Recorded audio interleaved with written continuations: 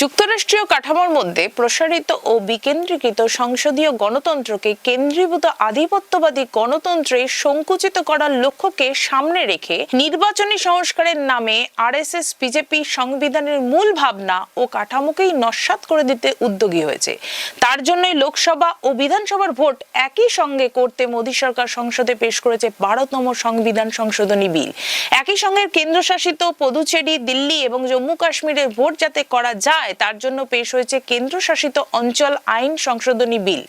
RSS এর হিন্দুত্ববাদী অতি দক্ষিণপন্থী মতাদর্শে উদার গণতন্ত্রে কোনো জায়গা নেই। তারা গোটা দেশের সমাজ ও নাগরিক নিয়ন্ত্রণ করতে চায়। বৈচিত্র্য, ভিন্নতা, স্বাতন্ত্র্যের মধ্যে দিয়ে গণতন্ত্রের যে ঔজ্জ্বল্য ও বিকশিত রূপ তাকে একেবারেই পছন্দ করে না। তারা হিন্দুত্বের এক ছাঁচে সব ধর্ম, বর্ণ, জাত, ভাষা, সংস্কৃতি বেঁধে ফেলতে চায়।